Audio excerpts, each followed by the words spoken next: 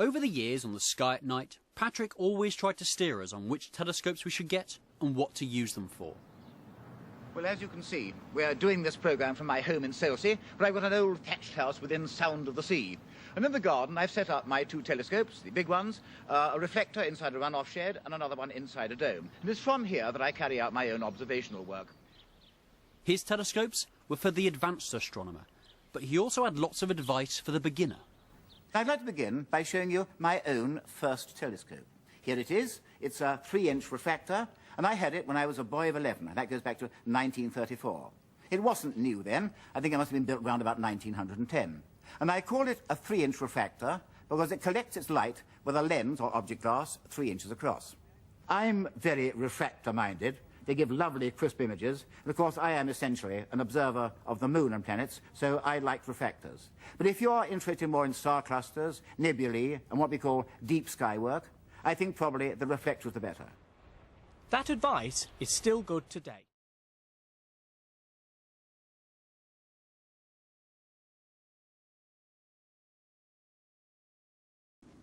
Well then, guys, we've got a few other guest telescopes here, and it's a nice array, actually. An impressive array, yes. This is yours, is it? This is actually my first telescope. This is my second telescope. You've upgraded there. Well, my wife saw this in a charity shop for £20. Right. So I'm not sure how it got there. My guess is that someone got it for Christmas or a birthday and in the end didn't know what to do with it. Well, I don't have my first telescope here, but we have bought Patrick's out, and Patrick's this lovely brass refractor. It's actually one of the simplest forms of telescopes you can get. It's got a primary lens at the top and an eyepiece at the bottom, and the light is magnified in a very simple way. And it's on a good tripod as well. Yeah. But now, Pete, we come to this.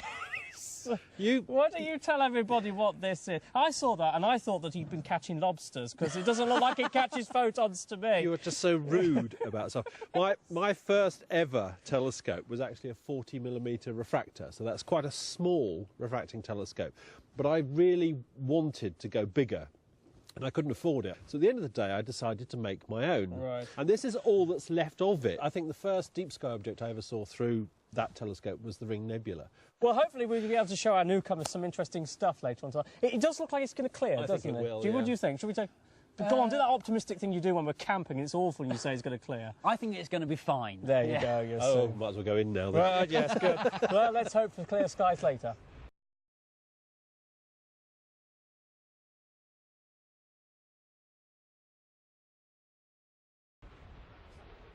There's a real feeling of anticipation and excitement as darkness approaches. Over the years, Patrick has hosted some great star parties here, and we've been lucky with the weather. The transit of Venus in 2004 was an amazing event, with astronomers flocking to Farthings to share this unique experience with Patrick.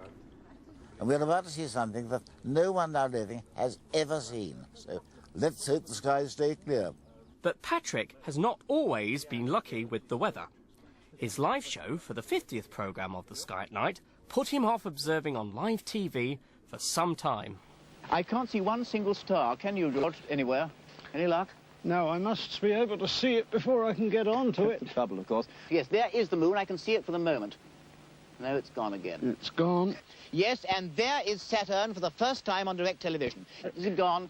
Oh, no. Just as I got it on the crosswires, it blacked right out. How absolutely typical. There's nothing we can do about it. I can't move a 24-inch telescope quicker than that. No, I'm afraid you can't.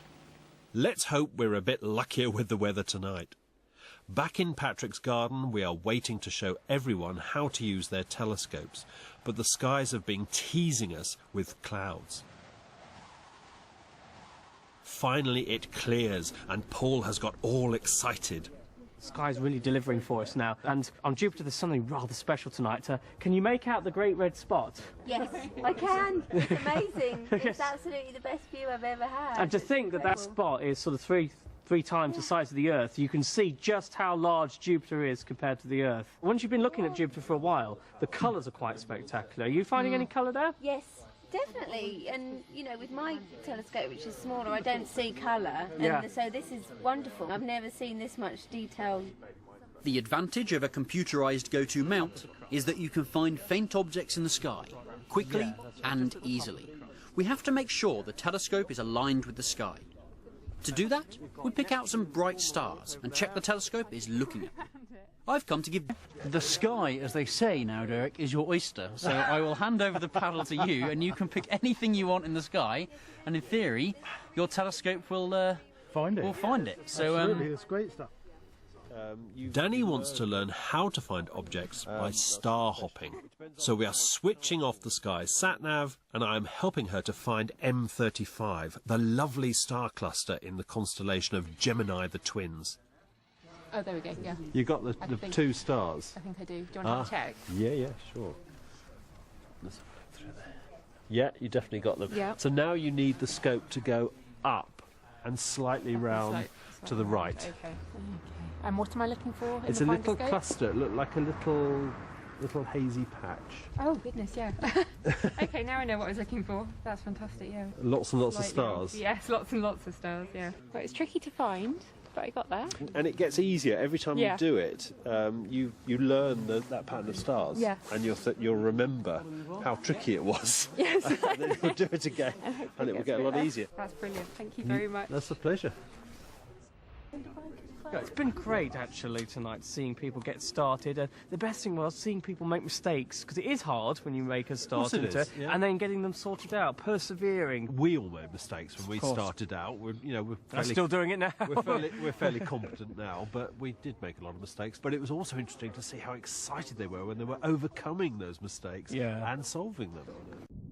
When Patrick presented the first Sky at Night in 1957, space travel of any sort was science fiction. So who knows? In the next 55 years, a voyage to Alpha Centauri might just come about. If you look up into the sky on any dark night, you will see thousands of stars, and all these stars are suns in their own right. Many of them may have other planets going round them, other Earths, if you like. I'm sure they have, and I'm also sure that many of these other Earths are inhabited. Some by people who know as much as we do, and others by races who know a great deal more. If we are ever going to contact those other civilizations which must exist, it's got to be done, I think, by some method about which we know absolutely nothing at the present moment. And I suspect we're just about as far away from that kind of thing as King Canute was from television. But some things never change. For more than half a century, Patrick encouraged us simply to look up at the night skies and to wonder. That pleasure's still there for all to enjoy as we, like Patrick, reach for the stars. Next month, we'll be talking about the sun and those lovely things, the northern and the southern lights. Until then, good night. Venus, goodbye. Goodbye, Venus, and thank you. Well, that was absolutely great. And so, from Scotland, at the end of our annual eclipse, for the moment, good night. I think it's not too early, I hope, to wish you a very happy Christmas, New Year, and clear skies. Good night. Well, we told you it was like science fiction. Good night. And for now, good night. Is Mars a dead world, or is it a world where there are things which live and grow? Good night. And so, from Brighton, where the sky is now completely overcast, good night. Good night. Good night. If you have got any kind of telescope, well, have a look at the Pleiades, and you'll be astonished at the richness of it. And even a small telescope will give you a superb view of this magnificent cluster of suns. Good night.